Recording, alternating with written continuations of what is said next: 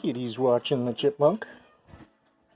And I've been a little busy, so my brother's in town for the weekend. We're going to the water park tomorrow. They invited me to come up this evening for a barbecue, but I got shit to do, man.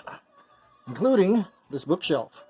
So, a lot of my newer books, the ones on the occult, I didn't really have a place for yet. And a lot of my religious books were kind of buried away, where you really couldn't see them.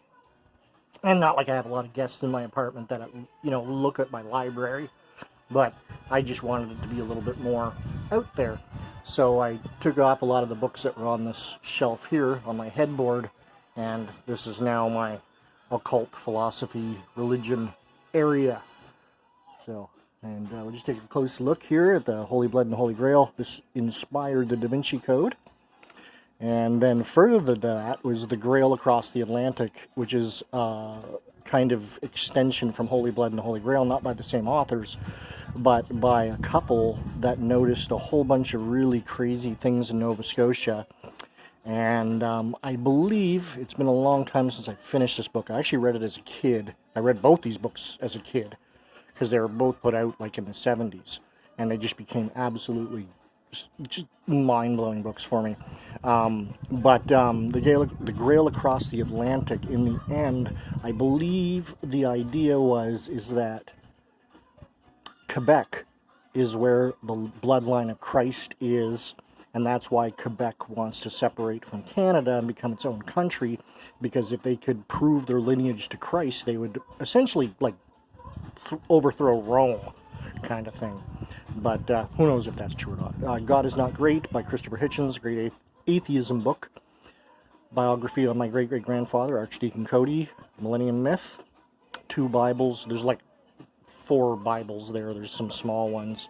The Quran, of course. Survival of Pagan Gods. Some books on philosophy. Medicine, biocentrism, which is a new philosophy I was talking about in a video not too long ago. I guess I should have made this part of Chris's Occult Corner. And then we get into my books on magic and hermeticism over to this side. And then we'll go around to the other side of my bed. Yes, that is Michael Jackson in the background. Don't stop till you get enough. And then on this side here, I continued on my Necronomicon. I read this when I was a child. Before I knew anything about H.P. Lovecraft, really, and this book scared the shit out of me so much, I actually burned a copy in the fireplace.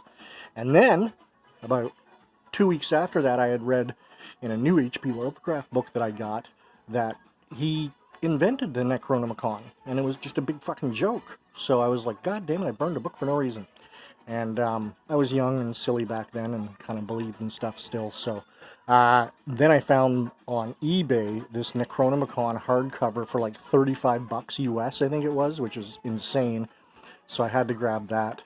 And then behind that is Iamblichus, and then the A to Z on demons, and the dictionary, the Infernal dictionary, with all the demons and stuff. So yeah, I'm glad I got that little library up and kind of in the open. It breathes a little bit more.